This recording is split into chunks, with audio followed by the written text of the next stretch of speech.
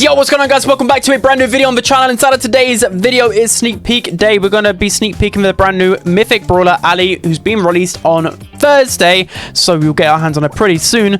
And she's a new assassin which is able to do multiple things. For example, you can change the way that you attack, whether you go into grass or whether you're on just the normal floor. You can dash like Mortis, very similar attack range, I think just a little bit shorter than a normal Mortis dash, which is around 2.5 tiles. She deals 2.6k damage, which is very similar to Fang's main attack, and then she has the same health as Lily, so she's got a lot of assassin capabilities. She's on, I won't say the tankier side, she's kind of just normal for an assassin, right?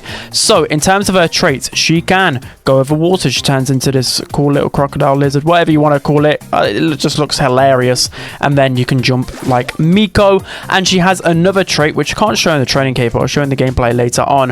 Whenever someone is below 50% HP, you get more movement speed, so that helps you confirm kills a lot easier. And then there's other things on top of that as well. So let's talk about her super. So her super, you gain this new kind of mechanic, which is, well, invisibility is not new, but then every 2 seconds, I believe, every 2.5 seconds, you're then revealed for like 0.5 seconds, something like that. So there's going to be ways that you can make cool plays with this, by the way. So say it takes 4 hits to get your super, by the way, but say you're around a bush, you can go invisible. Then when you know you're about to peek out again, then you can go back invisible again. People are going to learn how to be really stealthy with this brawler. So there's just a lot of things to know about this brawler, but let's take a look at her gadgets and star powers. So also with ALLI, didn't say in the description, but when she's enraged, the brawlers that are really low in HP, below 50%, they will blink every second and reveal their position inside of a bush. This is absolutely broken. She's actually going to be good on bushier maps. Normally that would probably be a weakness for a brawler like her, but she's going to excel everywhere. So let's take a look at gadget number 1. It's called Feed the Gators. So you heal 100% of the damage that you next deal with your next main attack. So the reason why I'm doing this, I want to show how much healing I can get. So let's try and get towards one shot here, and then what you want to do basically, well, I'll show you what it does with just one normal attack, 2,990. But what you want to do, you want to pair this with your super, because you can heal up to 5,200 with your next attack. Because if you hit someone like a tank, you're going to heal a lot. That's really going to help you in those interactions. So here, let's pop our super. Our next attack is going to get doubled in damage, and there we go, 5.2k healing. So again, you actually might want to face off against tanks with this gadget build. This could be a really sleeper combination, and this lifesteal is something that Kaze probably was missing, but it's not missing with ALLI. Very, very good. ALLI's second gadget is called Cold-Blooded. So whenever you activate this gadget for 6 seconds, whenever an enemy is visible, you will be enraged, which is really, really good. So you won't have, you know, if you just spawn in and all the opponents, of course, are full HP, then you can pop this gadget, get that extra movement speed. You also get some extra range when you're inside of grass as well, and I think on top of ground as well, which is really just going to help you out in a lot of interactions. But I'm starting to feel like the first gadget might be a bit better, because in those 1 versus 1 interactions, the healing will come in clutch. Now moving on to her star powers, just like gadget number 2, I can't show you in the training cave, but it is called Lizard Limbs. So whilst she's enraged, she will gain her health back much quicker when she's outside of combat. So instead, the normal regeneration is, I believe, 3 seconds. Now with this star power, it'll be 1.5 seconds. So it reminds me of Tick's star power, but it's just, again, will be really, really good, because you can just quickly pop back, heal, and especially if you have the health gear on top of this, you're going to get so much value, and then you're going to get back into combat really quickly and easily. This is going to be really strong star power. Star power number 2 is called You Better Run, You Better Take Cover. So ALLI reloads 40% faster when enraged, and both of these star powers are really, really good, but a 40% increase in your reload speed is just crazy. Imagine this combined with the second gadget, and just overall being able to move quicker, just dash more often as well. That's just a lot more movement to have. You have to sacrifice some healing on top of that, but maybe you can spice up both one different gadget, one different star power, or maybe if you just want to absolutely maximize your mobility, then you can go gadget 2 and gadget 2 star power 2. So there's just so much versatility with this brawler, it's pretty scary. Let's quickly try and predict her best build overall then, and honestly, both gadgets and star powers I think are going to be pretty good.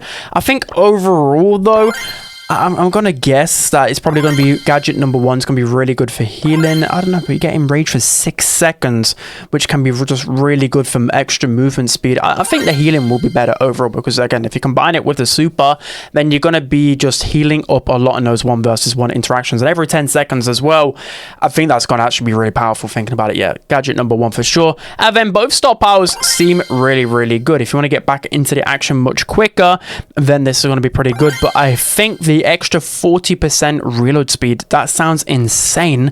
Extra reload speed means, of course, you can move faster with dashing with your main attack, but just extra DPS. Why wouldn't you want this? So I'm thinking first gadget, second star power, but I'm sure both of them are going to be really usable. It's the first time in a while, I believe, with a new brawler. And in terms of gears, I'm probably going to go with, I'd say for damage gear and the health gear. I think definitely the health gear on this brawler. So whether it's the damage gear, whether it's the speed gear, or whether it's the gadget cooldown, if the gadget's really that broken, probably actually not needed. So damage or shield for me, absolutely health gear. So now let's take a look at ALLI's best counters. So starting off with RT. I think RT is going to be a counter to many brawlers in the new meta, but mainly just because RT is a great shutdown to other assassins in the meta. You think of Lily.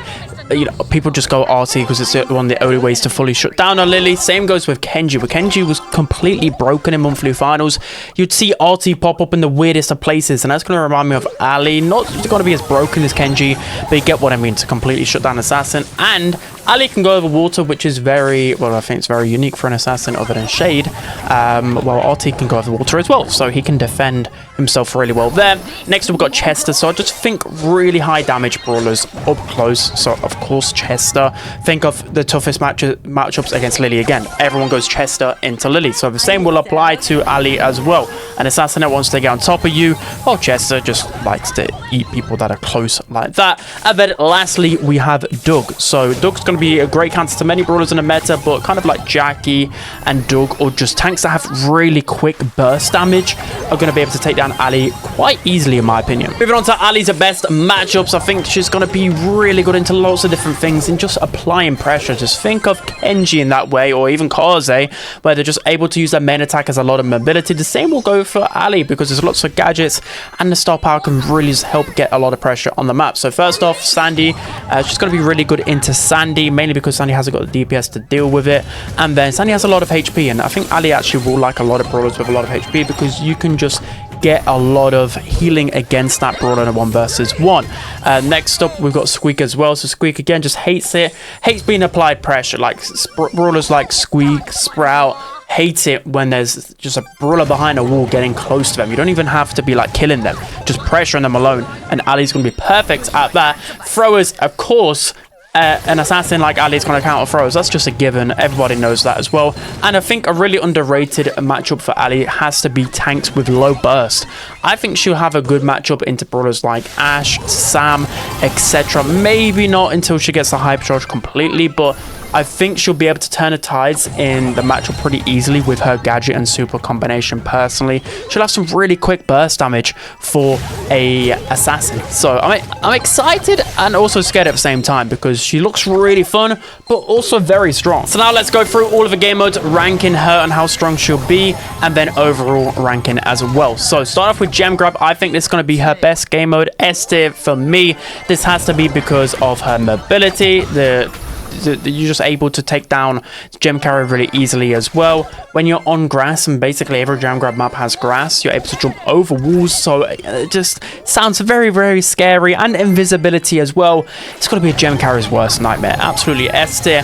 Now moving on to Heist. It's going to be one of her weaker game modes. She doesn't have the absolute damage to, you know, compete in base races, but at the same time, I think she'll have some play rates just because she's able to jump over walls. She can go over water as well. So she'll be okay in some situations, but most brawlers will be able to beat her in a base race, so maybe even lower in Heist, to be honest. Next up, we've got Bounty. So again, it depends on the map and the situation.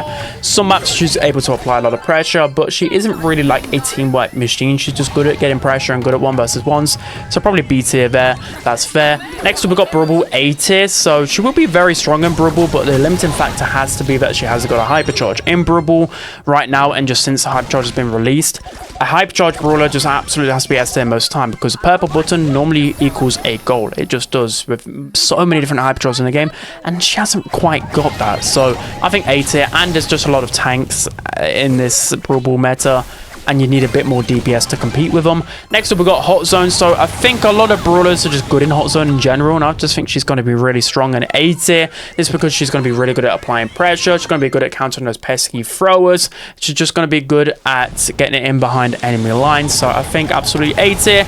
And then lastly, Knockout. So Knockout, I think B tier again. I don't know whether this is going to be her best game mode. It depends on how strong she is overall. If she's overall a really, really good brawler, which I think she will be, then that's just going to bump her up gradually in Knockout anyway. But I don't think there's going to be one of her strongest game modes. Definitely one of her weaker ones. So now let's rank ALLI overall then. So I believe ALLI is going to be done broken. I actually had to re-record because I playtested her a little bit more today for some extra footage, and I just realized the amount of 1 versus 1 she can win are just ridiculous. The healing gadget is absurd in 1 versus 1 situation, paired with that stalker combination with the damage. I just think she's going to melt through so many different people. The extra 40% reload speed buff as well, on top of being able to jump with attacks. There's just so much versatility with this brawler. I think she'll be the best brawler in the game if, like, Draco and RT, like, outside of their hypercharges, you know, ALLI could easily be a top 3 brawler in the game as well. So yeah, I think she's going to break the game. I know that this was probably said with a few brawlers in the past. I didn't say it with Kazi. I thought she'd be strong, but ALLI, I think she's going to be very, very broken, guys. So that's going to be it for today's video. Hope you enjoyed. I can't wait to get my hands on this brawler and abuse her for a couple of days, and then yeah, we'll see where it goes from there. So don't forget to like, comment, and subscribe, and see you guys next time.